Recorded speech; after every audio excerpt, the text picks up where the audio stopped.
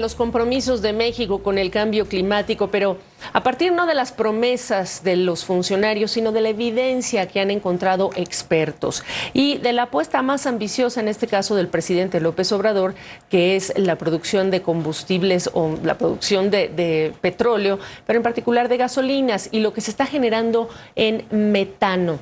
De este tema, bueno, pues hay un análisis y ya llegó Daniel Zavala Araiza, él es científico senior en Environmental Defense Fund, para hablarnos del tema. ¿Cómo estás, Daniel? Bueno, preguntarte para entender todos y partir juntos.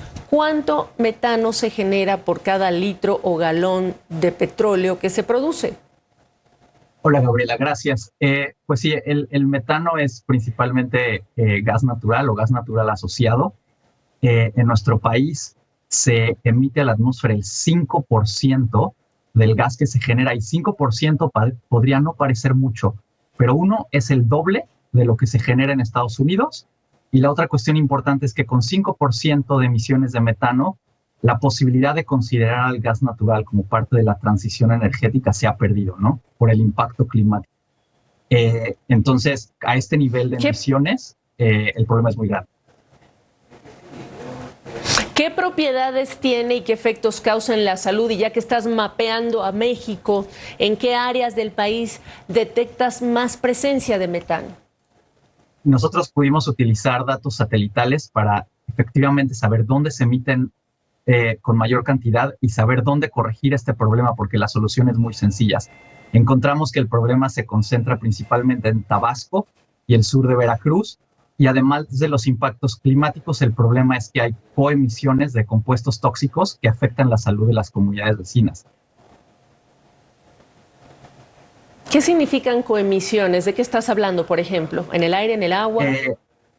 No, todas al aire, compuestos tóxicos que pueden causar, por ejemplo, cáncer o enfermedades respiratorias. La ventaja con metano es que sabemos cómo controlar estas emisiones. Ahora, tú hablas de México superando a Estados Unidos. ¿Es comparable y por qué? ¿Y estamos creciendo, está aumentando? ¿Cuál es la tendencia? Existen unos primeros datos, otra vez científicos, que demuestran que las emisiones han estado en aumento. Y yo haría énfasis en que anuncios recientes del presidente López Obrador habla de la irracionalidad de estas emisiones y se tienen mecanismos, incluso ya regulaciones en lugar para reducir las emisiones y que este gas que se capture se pueda usar como combustible en nuestro país.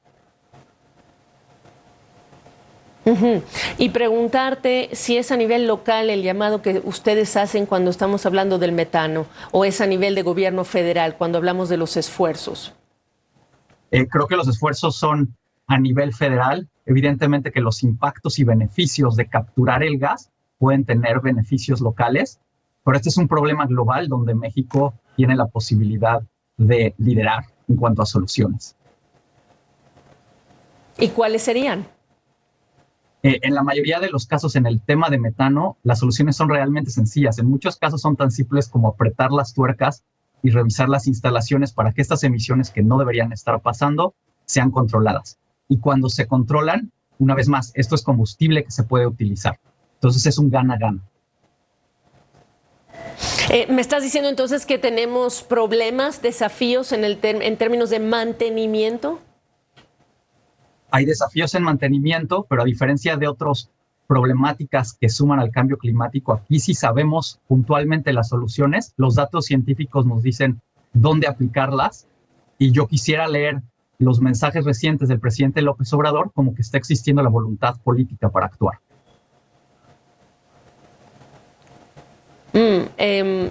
Ha venido a México John Kerry en más de 3 oportunidades en tiempos recientes a hablar con el gobierno federal de temas justamente relacionados con el cambio climático. ¿Cuánto ves incorporado esto en esa agenda también? Sí, creo que en cuanto a la agenda bilateral Estados Unidos y México se entiende que el metano es un primer tema donde se puede presentar liderazgo y se puede enseñar que hay acciones concretas apuntando a soluciones, ¿no? Y el metano es tanto más contaminante y potente en calentar la atmósfera que el dióxido de carbono, que sería un primer paso importantísimo que diera el país. Creo que esto lo reconocen los dos países. Por supuesto. Bueno, pues vamos a ver en algún tiempo si los hechos prueban ese compromiso que tú estás viendo. Gracias, Daniel. Daniel Zavala Araiza, él es científico senior en este grupo Environmental Defense Fund. Gracias.